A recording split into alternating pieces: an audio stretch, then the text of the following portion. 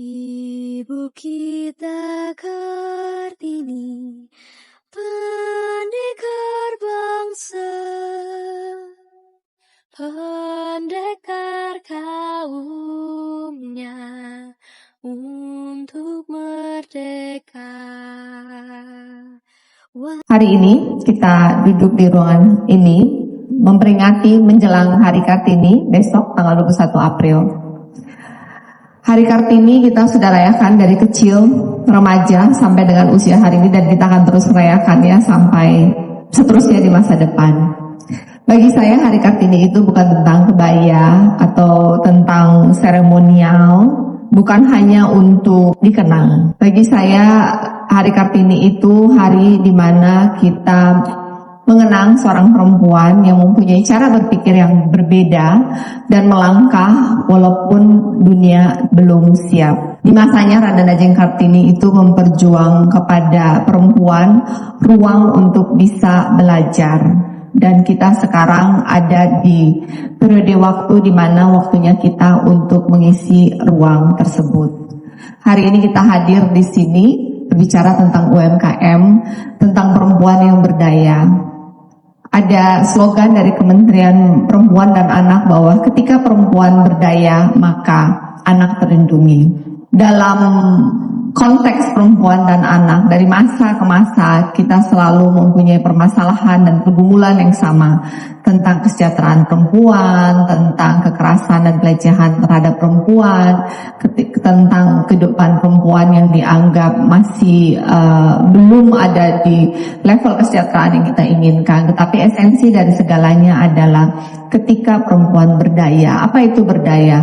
Berdaya itu bukan sekedar untuk bertahan hidup. Berdaya itu juga bukan sekedar hanya kuat dan mandiri secara ekonomi. Berdaya itu ketika perempuan memiliki pola berpikir yang berbeda, yang berani mengambil resiko, berani untuk maju, dan berani untuk melangkah mengisi kapasitasnya.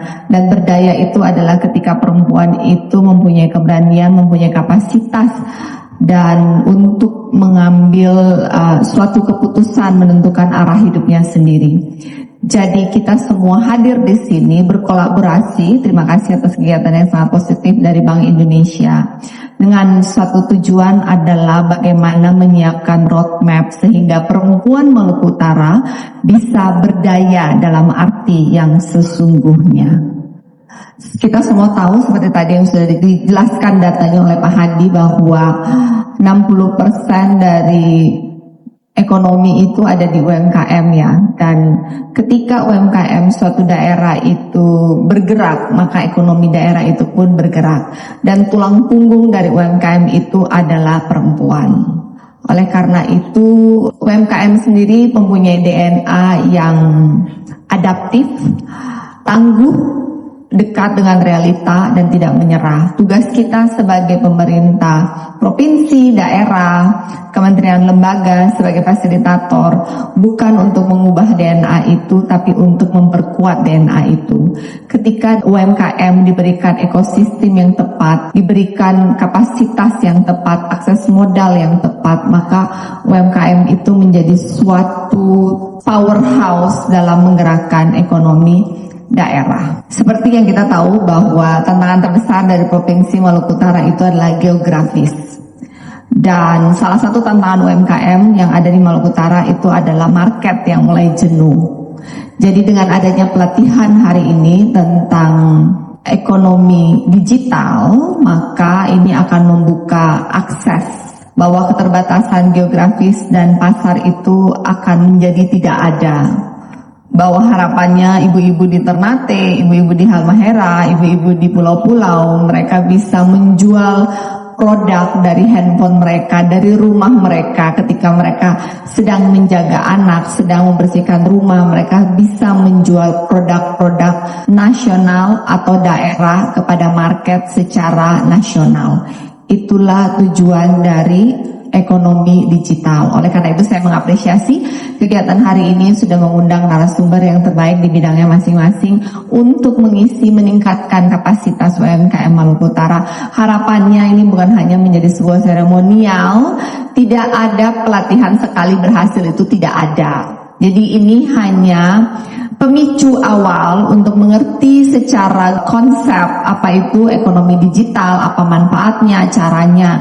Setelah itu masing-masing proaktif, bisa belajar sendiri. Banyak sekali informasi tentang ekonomi digital yang ada di ruang-ruang publik sosmed secara gratis, daripada hanya melihat gosip atau scrolling dance atau nonton drama Cina, drama Korea di sosmed. Sosmednya itu bisa dipakai untuk meningkatkan kapasitas, karena nilai ekonomi dan cuan dari ekonomi digital itu pasti ada, tinggal ibu-ibu mau mengambil bagian dari situ atau enggak. Bisa dimulai dengan produk lokal, dan kemudian setelah izin Pak Handi, setelah ini pun saya ada bekerja sama dengan beberapa komunitas untuk mungkin di bulan depan kita ada pelatihan lebih lanjut lagi, menggabungkan antara produk yang mau dijual dengan pelatihan penjualan secara live. Dan yang melatih ini adalah salah satu yang terbaik juga di bidangnya. Kita akan membuat inkubator local hero untuk penjualan secara live. Harapannya ketika kita sudah punya local hero, local champion, mereka akan menghasilkan another local champion untuk penjualan live, dan kita sudah punya beberapa line produk yang bisa dikerjasamakan. Ada ibu-ibu yang mungkin jago banget menjual daster, ada ibu-ibu yang jago banget menjual produk makanan bayi, ada ibu-ibu yang pintar menjual kosmetik. Semesta akan memilih dan memfilternya. Yang penting kita memulai, tidak perlu malu. Wong duitnya halal kok. Kan malu itu ketika duitnya tidak halal. Ketika duitnya halal tidak ada yang perlu malu. Setelah hari ini sudah ada skill untuk ekonomi digital, PR selanjutnya yang selalu diberikan pendampingan oleh Bank Indonesia adalah produk. Maluku Utara, produk kita sudah ada, dan semua terima kasih untuk Bank Indonesia, perwakilan Maluku Utara. Tetapi seperti yang dikatakan tadi, kita butuh lebih banyak produk sekualitas Sulamina. Kenapa?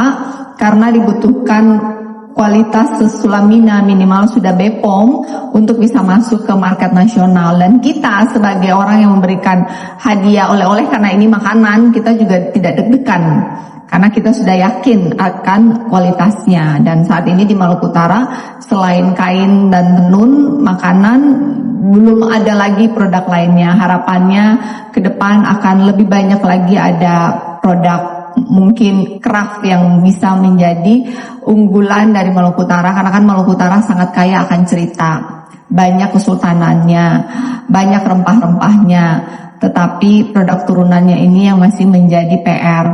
Mungkin harapannya ada ke depan ada selai kenari, ada minyak cengkeh yang bisa diproduksi secara lebih maksimal lagi.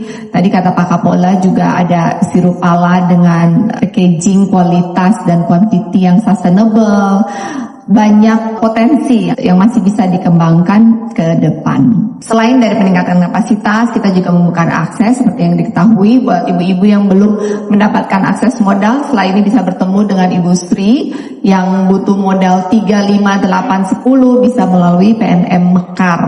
Tapi kemudian yang kebutuhannya udah puluhan juta bisa disambungkan dengan BRI, karena akses modal itu penting, dan kita sudah punya MOU dengan PNM, BRI, Himbara untuk mempermudah UMKM Maluku Utara bisa mendapatkan akses modal. Berikutnya adalah ekosistem. Kekuatan terbesar dari perempuan adalah saling menguatkan. Jadi kalau misalnya satu sudah pintar, ajarkanlah yang lain. Jangan satu sudah pintar simpan sendiri, atau satu punya produk bagus yang lain bicara di belakang. Jangan gitu. Perempuan ini bisa kuat ketika saling menguatkan, tapi perempuan ini menjadi lemah ketika saling bergosip dan saling menjelekan. Jadi gunakanlah kekuatan kita, yaitu saling menguatkan, karena rezeki itu udah diatur oleh Sang Pencipta. Kadang dengan kita membantu orang lain, semesta dan Sang Pencipta pun membantu kita dengan caranya. Dan yang paling penting adalah mindset. Kadang perempuan itu gagal sebelum memulai karena meragukan dirinya dia sendiri. Apa saya bisa? Apa saya mampu? Saya kan gak punya ini, saya kan gak punya itu, saya kan gak pintar bicara, saya kan gaptek, Melangkah saja itu ya, kita hari ini bisa kuliah, hari ini bahkan kita punya presiden perempuan, kita punya ketua DPR RI perempuan, gubernur, wali kota, dokter, saintis, semua perempuan, hanya dimulai oleh seorang perempuan, Raden Ajeng Kartini, karena mindsetnya menolak untuk tidak bisa, karena mindsetnya menolak untuk biasa-biasa saja, karena ada seorang perempuan Indonesia, Kartini, yang memilih untuk berpikir berbeda, memilih untuk maju walaupun dunia tidak siap, memilih untuk memperjuangkan sesuatu yang menurut dia benar walaupun semua orang mengatakan tidak bisa. Hari ini kita punya udah banyak banget, dari pernah ada presiden, ketua DPR RI saat ini pun perempuan, gubernur hari ini pun perempuan, narasumber perempuan, kita bahkan punya kepala OJK perempuan, kita punya banyak sekali alliance perempuan di Indonesia masa kini. Jadi kalau kita tidak bisa itu tidak ada alasan lagi. Jadi yang paling penting adalah mindset. Ketika kalian berpikir kalian bisa, kalian bisa. Ketika kalian berpikir kalian tidak bisa, walaupun Tuhan sudah menyiapkan talenta segunung pun, tapi kalau dalam mindset mengatakan tidak bisa, maka tidak bisa. Pada dasarnya tidak ada yang tidak bisa, hanya diperlukan keberanian untuk melangkah. Tidak ada orang yang melangkah karena siap. Mereka melangkah sambil belajar, nanti siap sendiri. Kita hari ini berdaya bukan hanya untuk kita sendiri, tetapi untuk anak-anak kita, untuk keluarga kita, untuk menginspirasi generasi perempuan ke depan. Karena jika setiap generasi saling menginspirasi generasi yang lain, maka dengan 50% penduduk Indonesia yang adalah perempuan, dan jika 50% penduduk Indonesia yang perempuan, ini semua mulai mindset yang sama bahwa kita bisa membuat regulasi, bisa membuat ekosistem, bisa menguatkan perempuan-perempuan lain, mempunyai mindset yang kuat, yang berdaya, dan bisa melindungi anak-anak kita, maka Indonesia akan menjadi ruang aman untuk perempuan-perempuan generasi muda Indonesia ke depan bertumbuh. Dan yang terakhir adalah di Hari Kartini ini kita mengingatkan bahwa menjadi perempuan itu tidak perlu menjadi sempurna, karena kesempurnaan itu hanya milik Sang Pencipta. Kita hanya perlu menjadi versi yang terbaik dari diri kita, berani melangkah dan membawa dampak bagi sesama. Terima kasih. Wassalamualaikum warahmatullahi wabarakatuh. Dengan ini saya membuka pelatihan UMKM era digital. Semoga ilmunya bermanfaat dan dikembangkan dan dipakai untuk menghasilkan cuan.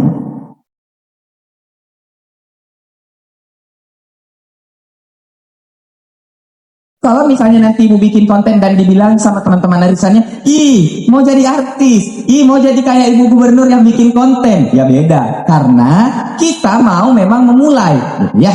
Kita baru mulai. Jadi semuanya dimulai dari perilaku yang pertama. Contoh, kan di sini ibu-ibu sudah punya bisnis ya. Boleh tepuk tangan yang punya bisnis sendiri UMKM? Wow. Followersnya masih 0, masih 1. Tapi kalau konten kita viral, kalau konten kita bagus, itu bisa disebarin. Contohnya ini ada orang yang jual nasi coklat, tahu nggak Bu? Jual nasi coklat itu nasi ada lauknya, terus di-press gitu di Papua. Followernya cuma 700.000, tapi video ini yang nonton 2 juta orang.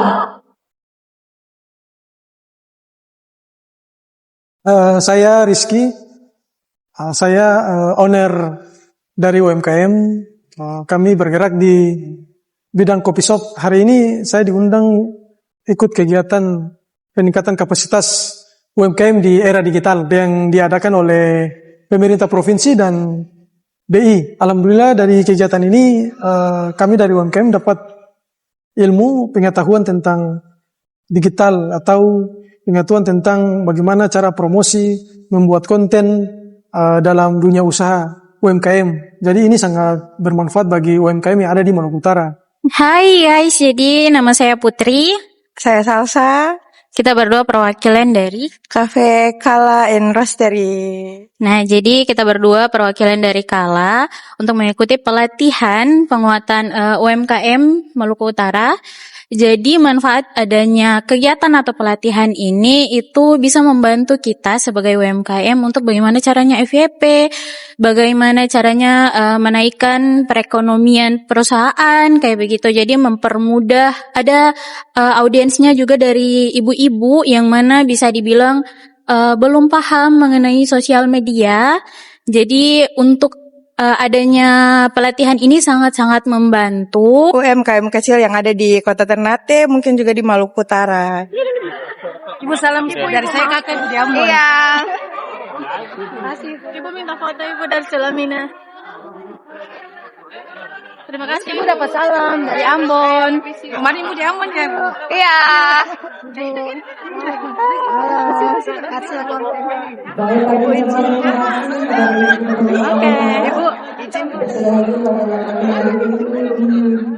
Terima kasih Ibu Indah. Ibu kasih ya. Terima kasih. Ini foto dari Kakak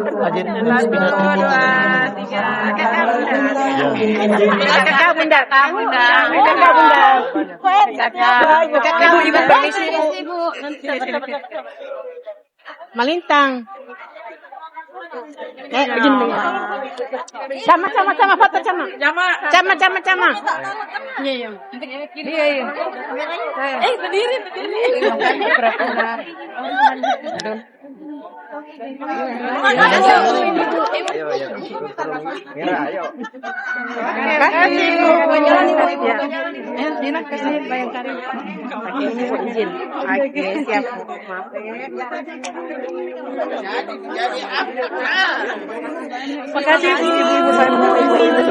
Saya punya izin.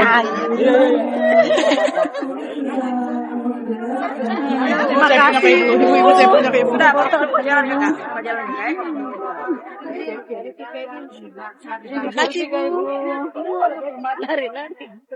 Terima kasih ibu. Karena seperti kita tahu bahwa Maluku Utara dengan daerah kepulauan, marketnya sangat terbatas, sehingga dengan adanya pelatihan penjualan secara digital, secara online, bisa memberikan akses untuk produk-produk lokal Maluku Utara untuk tidak hanya terbatas dalam geografis, tapi bisa menjual secara nasional.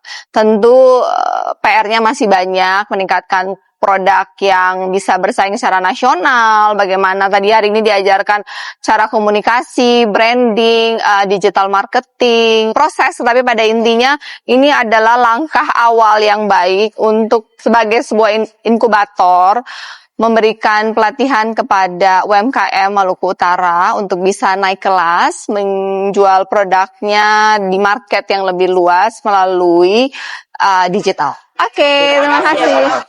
Ibu dari PPB dan Iwaba Ibu. Iya, terima kasih. Mundur.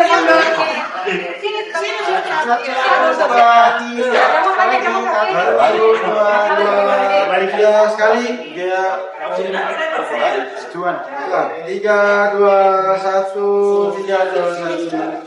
Saya daripada banyak bicara, saya tahu yang Bapak Ibu harapkan itu adalah curhat. Toh, silakan bercurhat. Apa yang mau disampaikan silakan, sikat padat jelas. Chelsea catat. Seluruh masyarakat Pulau Makian khususnya Sebelai Sabtu Melaka, Tuhan cuma minta, cuma digalakan saja. Jalan. Saudara satu-satu jawab dulu ya. Tadi permintaannya katanya yang paling penting adalah dari Makian Barat mau jalan ke pelabuhan yang ada aspal kurang lebih 5 kilo ya. Ya. Pertanyaannya, saya lapen aja boleh tidak? Lapen. Boleh ya. Jadi tahun 2026 saya akan lapen 5 kilo. Kenapa bukan aspal? Aspal itu 1 kilo itu 7 miliar. Jadi kalau cuma 5 itu 35 miliar. Nah, provinsi kan dipotong 800 miliar. Jadi dengan anggaran yang cantik, baik, bahwa masyarakat yang ada di Jati ini dia terharu. Sekarang saya punya rumah dan juga biar sedikit-sedikit sembako juga dia kasih. Ya, saya juga begitu. Rasa bangga Ibu Shirley itu. Ya, Ibu bersyukurlah sama Ibu Shirley juga. Wanita pintar dan walaupun mendapat musibah yang besar, tapi beliau tetap jiwa besar untuk memimpin Maluku Utara dengan hati yang ikhlas. Berbicara tentang program Ibu Shirley Juanda selaku Gubernur Maluku Utara, dalam program itu saya kira sangat sudah berdampak di masyarakat. Salah satunya itu penggratisan biaya komite tingkat SMA dan SMK, kemudian rumah layak huni dan programnya sudah jalan dan itu sudah dirasakan masyarakat Maluku Utara. Kemudian yang ketiga. Hai, Shirley Laos, Gubernur Maluku Utara, melakukan revolusi sunyi. Tidak hanya membawa gagasan, tetapi juga keberanian mengeksekusi. Dalam 100 hari, sistem bergerak menyapu bersih sumber pencemaran, memberikan pendidikan dan kesehatan gratis. Sungguh langkah seorang pejabat publik menyelesaikan pekerjaan, bukan hanya sekedar berbicara dan menjanjikan. Program pendidikan konkret yang membebaskan biaya komite di 400 SMA negeri, menggulirkan beasiswa kuliah S1 bagi mahasiswa prasejahtera. Di sektor kesehatan, Shirley menggugurkan prosedur administratif yang mengakibatkan pelayanan tertunda. Shirley Laos, perempuan, pemimpin, dan pemecah masalah, mengatakan bahwa yang kerap menghalangi kemajuan bukan kekurangan, tapi ketakutan untuk berubah. Wow, this is what I